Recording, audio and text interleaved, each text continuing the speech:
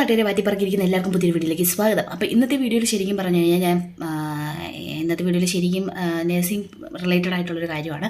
അപ്പോൾ നഴ്സിംഗ് പഠിക്കാനായിട്ട് നിങ്ങൾ ഫസ്റ്റ് ഇയർ സ്റ്റുഡൻ്റാണ്, അപ്പോൾ നഴ്സിംഗ് പഠിക്കാനായിട്ട് വന്നതേ ഉള്ളൂ, അല്ലെങ്കിൽ നിങ്ങളിങ്ങനെ വരാൻ ആഗ്രഹിക്കുന്ന ആൾക്കാരാണ്. അപ്പോൾ നിങ്ങൾക്കൊരു മുൻകരുതലാണ് ഈ ഒരു വീഡിയോ എന്ന് പറയുന്നത്. ആരും പറഞ്ഞു തരുന്നത് നിഗൂഢമായി കുറച്ച് കാര്യങ്ങൾ ഞാൻ ഇന്നത്തെ വീഡിയോയിൽ ഉൾപ്പെടുത്തിയിട്ടുണ്ട്.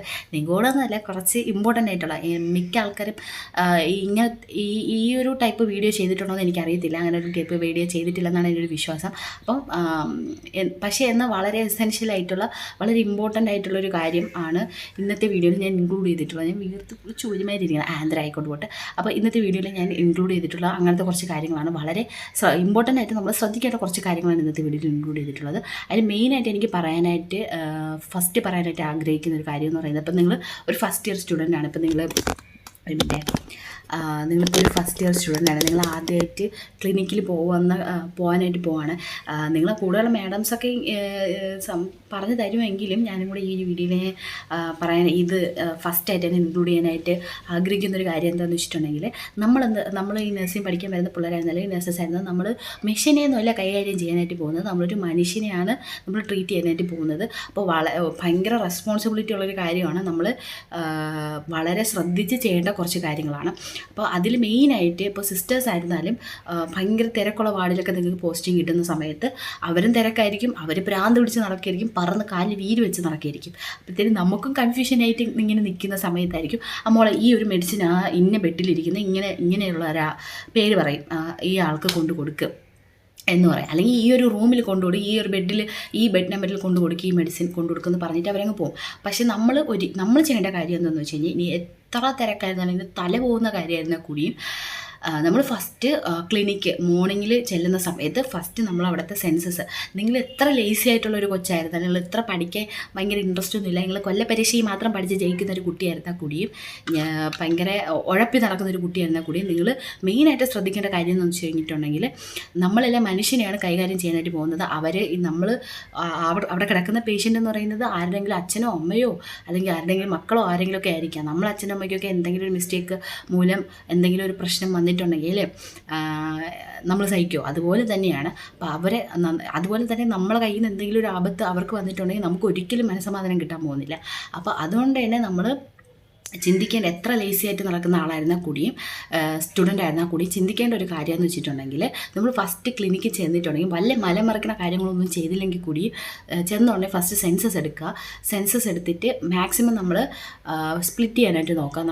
ഇപ്പം 4 സ്റ്റുഡൻ്റ് ഉണ്ടെങ്കിൽ ടോട്ടൽ പേഷ്യൻ്റിൽ നിന്ന് ഇത്ര സ്റ്റുഡൻറ്റ് ഇന്ന കുട്ടിക്ക്, ഇത്ര പേഷ്യൻ്റ് ഇന്ന കുട്ടിക്ക്, ഇത്ര പേഷ്യൻ്റ് ഇന്ന കുട്ടിക്ക് എന്നുള്ള രീതിയിൽ സ്പ്ലിറ്റ് ചെയ്തെടുക്കാനായിട്ട് ശ്രമിക്കുക. അപ്പോൾ അങ്ങനെയൊന്നും ചെയ്യാൻ പറ്റില്ല, നിങ്ങൾ മാത്രമേ ഉള്ളെങ്കിൽ മാക്സിമം ഒരു പേരുള്ള 2 പേരൊക്കെ ഉണ്ടോ എന്നുള്ള കാര്യങ്ങളൊക്കെ നോട്ട് ചെയ്യുക. അവരെ തിരിച്ചറിയാനായിട്ട് നമ്മൾ ബേസിക്കായിട്ട് പേര് മാത്രമല്ല ചോദിക്കാനുള്ള, വയസ്സും ആണ് ചോദിക്കാനുള്ള. എങ്കിൽ കൂടിയും ചിലപ്പോൾ നമ്മൾ വിട്ടുപോകാനും ചാൻസ് ഉണ്ട്. അതുകൊണ്ടാണ് ഞാനങ്ങനെ പറയുന്നത്, ഒരു പേരുള്ള 2 പേരൊക്കെ ഉണ്ടോ എന്നൊക്കെ നോക്കി അവരെ വയസ്സും കൂടെ, എല്ലാ പേഷ്യൻസിൻ്റെയും വയസ്സും അവരെ പേര് മനസ്സിലാക്കി, ഫുൾ നെയിം മനസ്സിലാക്കി വയ്ക്കുക, അവരുടെ ഡയഗ്നോസിസ് മനസ്സിലാക്കി വയ്ക്കുക.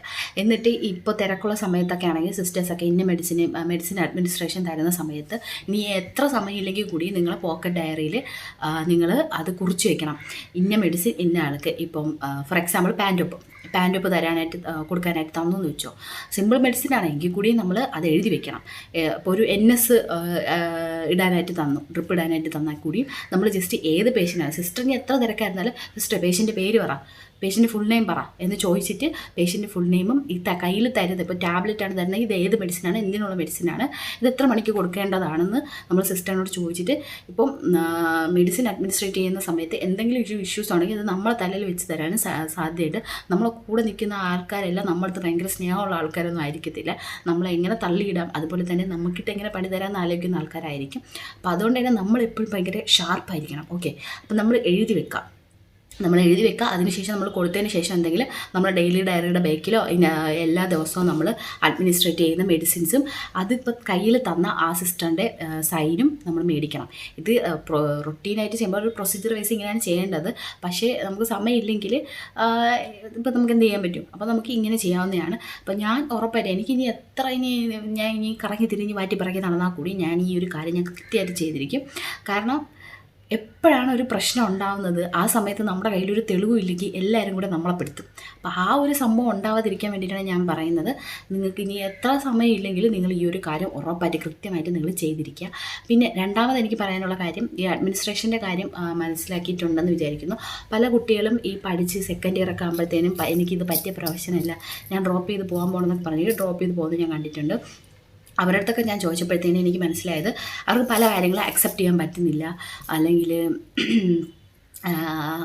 എൻവയോൺമെൻറ്റ് കുറച്ച് ടോക്സിക്കാണ്, ഇങ്ങനെയൊക്കെയാണ് പറയുന്നത്.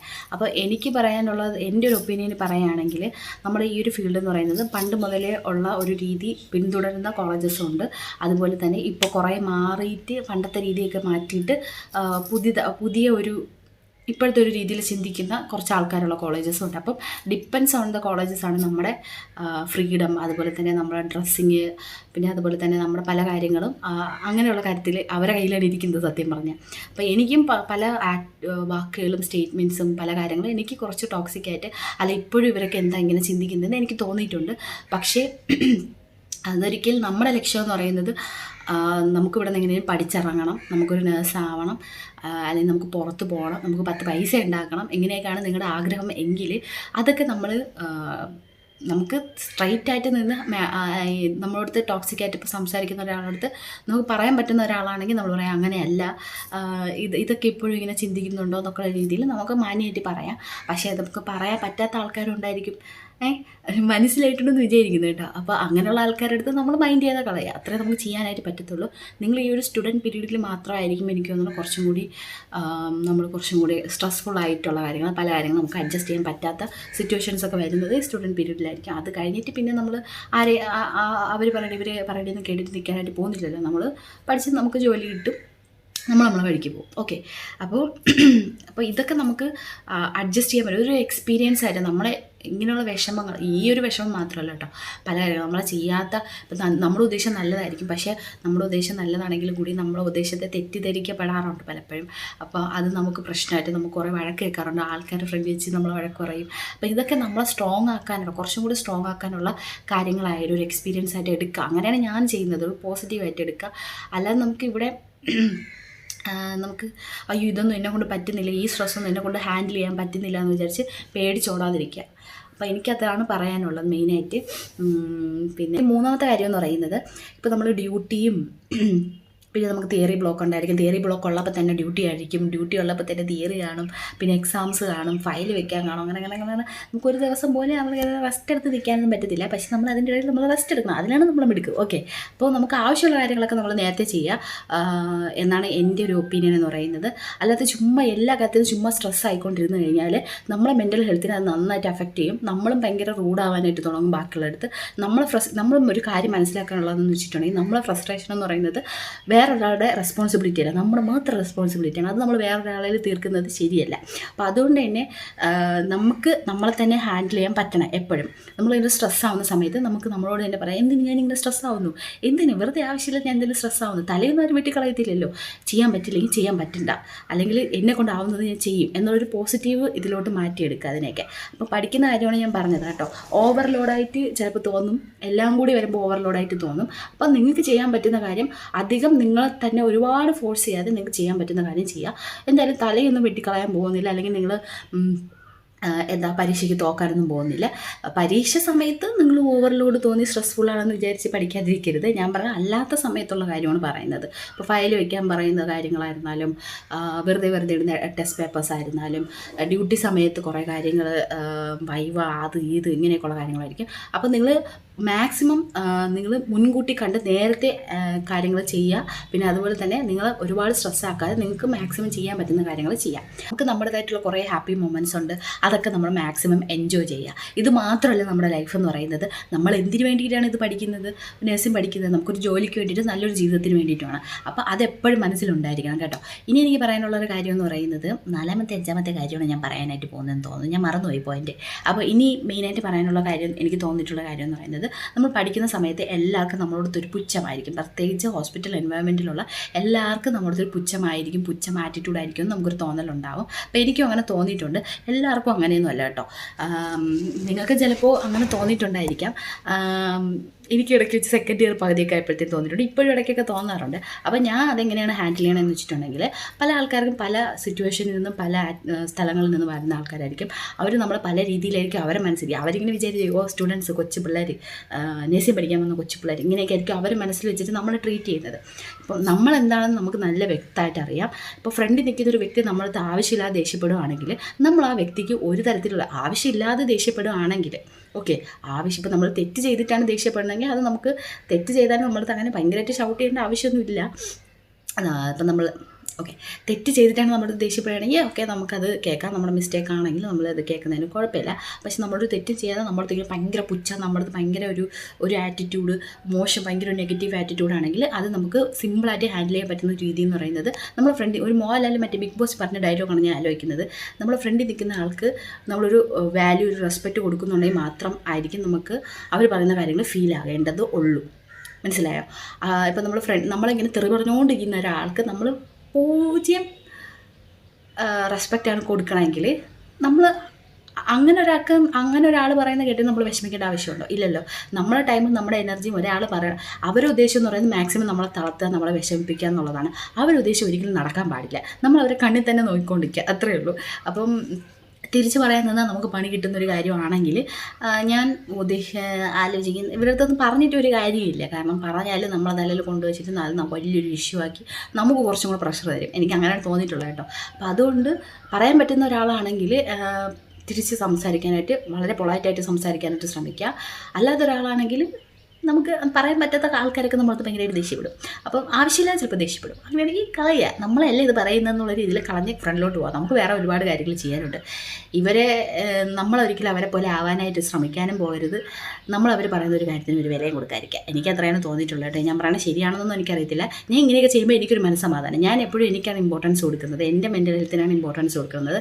എനിക്ക് എൻ്റെ മെൻ്റൽ ഹെൽത്തിന് ഇമ്പോർട്ടൻസ് ഞാൻ കൊടുത്താൽ മാത്രമേ എനിക്ക് നാളെ ഒരു പേഷ്യൻറ്റിനെ നന്നായിട്ട് കെയർ ചെയ്യാൻ പറ്റത്തുള്ളൂ. അവരുടെ അടുത്ത് ഞാനൊരു ദേഷ്യം പുച്ഛവും കാണിക്കുന്നത് എനിക്ക് അവരായിട്ട് നന്നായിട്ട് ഇൻട്രാക്ട് ചെയ്യാൻ പറ്റത്തുള്ളൂ. എൻ്റെ കൊളീഗ്സായിട്ട് എനിക്ക് നല്ല രീതിയിൽ പോകാൻ പറ്റത്തുള്ളൂ. ഇപ്പോൾ ഞാൻ ഇങ്ങനെ എന്നെ ഓരോരുത്തർ ഇങ്ങനെ ബാക്കിൽ നിന്ന് കുത്തിക്കൊണ്ടിരിക്കുകയാണ്, എന്നെ ഭയങ്കര വിഷമിപ്പിക്കാനായിട്ട് നോക്കിക്കൊണ്ടിരിക്കുകയാണ്. അപ്പോൾ ഞാൻ കുറച്ചും കൂടെ വിഷമിച്ച് ഞാൻ ഭയങ്കര ദേഷ്യം അവരുടെ അടുത്തും കാണിക്കുകയാണെങ്കിൽ എനിക്ക് എല്ലായിടത്തും ദേഷ്യം തോന്നും. ബാക്കിയുള്ളവർ പറയുന്നത് കേട്ടാലും എനിക്ക് ഭയങ്കര ഇറിറ്റേഷൻ ആവും. ചിലപ്പോൾ നമ്മുടെ ലൈഫിൽ ചെറിയ ചെറിയ കാര്യങ്ങൾ ഭയങ്കര ഇറിറ്റേഷനായിട്ട് തോന്നിയിട്ട് നമ്മൾ പ്രതികരിക്കാനായിട്ട് തുടങ്ങും. അത് പിന്നെ നമ്മളൊരു ഹാബിറ്റായിട്ട് മാറും. അതിൻ്റെ ആവശ്യം നമുക്കില്ല. അപ്പോൾ അതാണ് ഞാൻ പറയുന്നത്. നമുക്ക് എല്ലാവരും നമുക്ക് മാറ്റാനൊന്നും പറ്റത്തില്ല, പക്ഷേ നമുക്ക് സ്വയം മാറാനായിട്ട് പറ്റും. അപ്പോൾ എനിക്കങ്ങനെ തോന്നിയിട്ടുള്ളത് കൊണ്ടാണ് ഞാൻ അങ്ങനെ പറയുന്നത്. എനിക്ക് അങ്ങനെ ചെയ്യുമ്പോഴത്തേനാണ് കുറച്ച് സമാധാനം കിട്ടുന്നത്. ബാക്കി ഞാൻ ഫസ്റ്റ് ഇയറൊക്കെ ആയിരുന്നപ്പോൾ ഞാൻ ഭയങ്കരമായിട്ട് റിയാക്ട് ചെയ്യുന്നു പല കാര്യങ്ങൾക്കും. പിന്നെ ഞാൻ മനസ്സിൽ വിചാരിച്ചു എൻ്റെ സമാധാനം കൊണ്ട് പോകുന്നത്, ഞാൻ എന്തിനാണ് ഇങ്ങനെയൊന്ന് റിയാക്ട് ചെയ്യുന്നത് എന്ന് ഞാൻ ചിന്തിച്ചു കേട്ടോ. അപ്പോൾ ആവശ്യമുള്ള കാര്യങ്ങൾ സംസാരിക്കുക തന്നെ ചെയ്യണം. അല്ലാതെ ആവശ്യമില്ലാതെ ചുമ്മാ ഓരോരുത്തർ വന്ന് ചൊറിയുകയാണെങ്കിൽ ആ ചൊറിഞ്ഞുകൊണ്ടിരിക്കട്ടെ എന്നുള്ള രീതിയിൽ നമ്മളായിരുന്നു നോക്കി പോകാം. അപ്പോൾ അതാണ് ഞാൻ ഉദ്ദേശിച്ചത് കേട്ടോ. വളഞ്ഞു വന്ന് എന്തൊക്കെ ആയിപ്പോയി. അപ്പോൾ എനിക്ക് ഇത്രയും കാര്യങ്ങളാണ് എനിക്ക് ഇമ്പോർട്ടൻ്റ് ആയിട്ട് തരാനായിട്ട് തോന്നിയത്. ഇനിയും കുറേ കാര്യങ്ങളുണ്ട്. അപ്പോൾ നമുക്ക് ഈ ഒരു വീഡിയോ എങ്ങനെയാണ് പോകണമെന്ന് നോക്കട്ടെ. എന്നിട്ട് നമുക്ക് റീച്ച് ഉണ്ടെങ്കിൽ ഇങ്ങനത്തെ ടോപ്പിക്കുമായിട്ട് നമുക്ക് വേറൊരു വീഡിയോയിൽ വരാം. അപ്പോൾ അത്രയും ഇന്നത്തെ വീഡിയോ ഇഷ്ടപ്പെടുന്ന ലൈക്ക് ചെയ്യുക, ഷെയർ ചെയ്യുക, സബ്സ്ക്രൈബ് ചെയ്യുക. അപ്പോൾ അടുത്തൊരു വീഡിയോ ബൈ.